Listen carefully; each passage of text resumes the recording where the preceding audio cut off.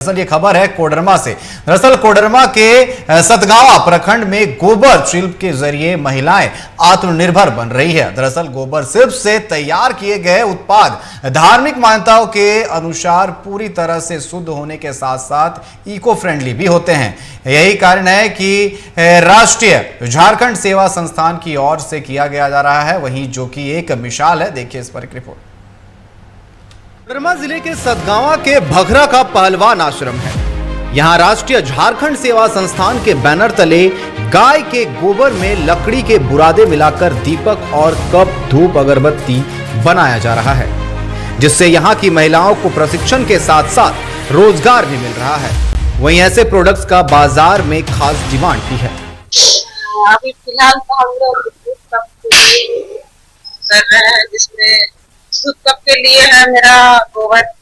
सबसे ज्यादा फोकस तो अभी गोबर पे हम लोग कर रहे हैं।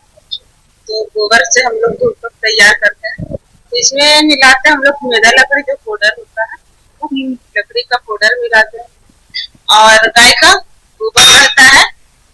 और जैसे कपूर होता है पूजा सामग्री, तो वो धूप कप के लिए उसमें मिक्स करके हम लोग धूप कप के लिए तैयार करते हैं।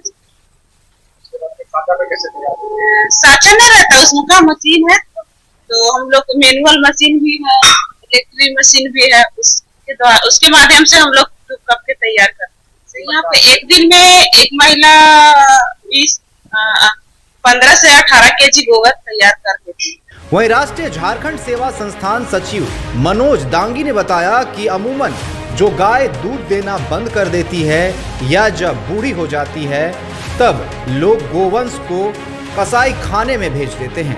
वहीं इस प्रोजेक्ट से गोवंश के संरक्षण की दिशा में कारगर कदम साबित हो रहा है। देखते हैं जो गाय दूध नहीं देती है, जो बैल हल नहीं चलता है, तो उसके प्रति लोगों का संवेदना घट जाता है। बहुत ऐसे हम अभी जो काम कर रहे हैं उसमें धूप का महत्व को समझा। एक तो धूप कप बना रहे हैं शुद्धता के साथ, जो पूजा पाठ में काम आता है।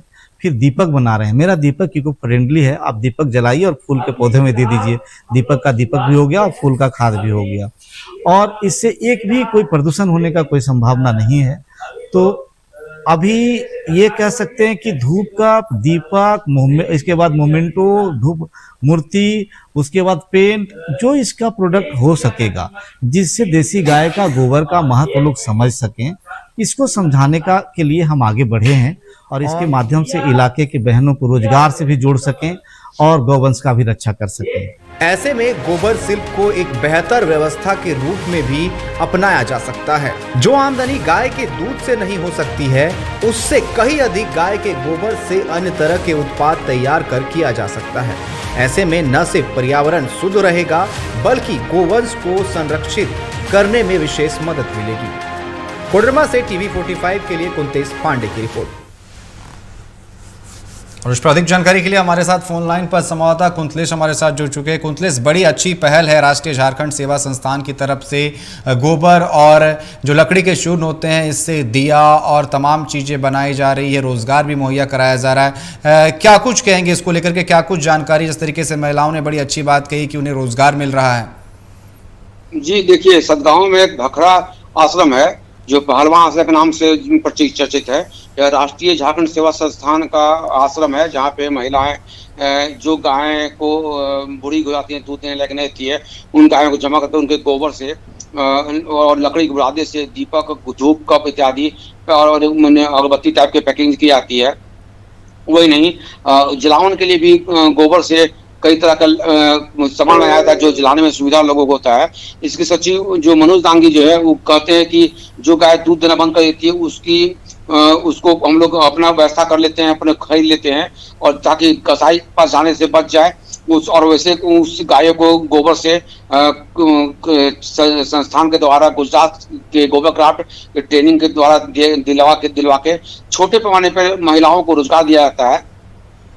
हालांकि इस ट्रेनिंग में लगभग तकरीबन अब तक 15 महिलाओं को ट्रेनिंग दी गई है, और 15 महिलाएं जो हैं गोबर के से दीपक, कप, धूप इत्यादि और कुछ मूर्ति और कुछ पेंट इत्यादि का कारखाना बना के उसको रोजगार उपलब्ध करवा रही है। हालांकि सतगावा क्षेत्र जो है काफी सुदूरवर्ती क्षेत्र, जहाँ रोजगार का बहुत कम साधन है, वहाँ पर इस तरह का पहल बहुत मायने रखता है। जी कुंतलेश, आपका बहुत बहुत धन्यवाद हमारे साथ जुड़ने के लिए और तमाम जानकारी देने के लिए।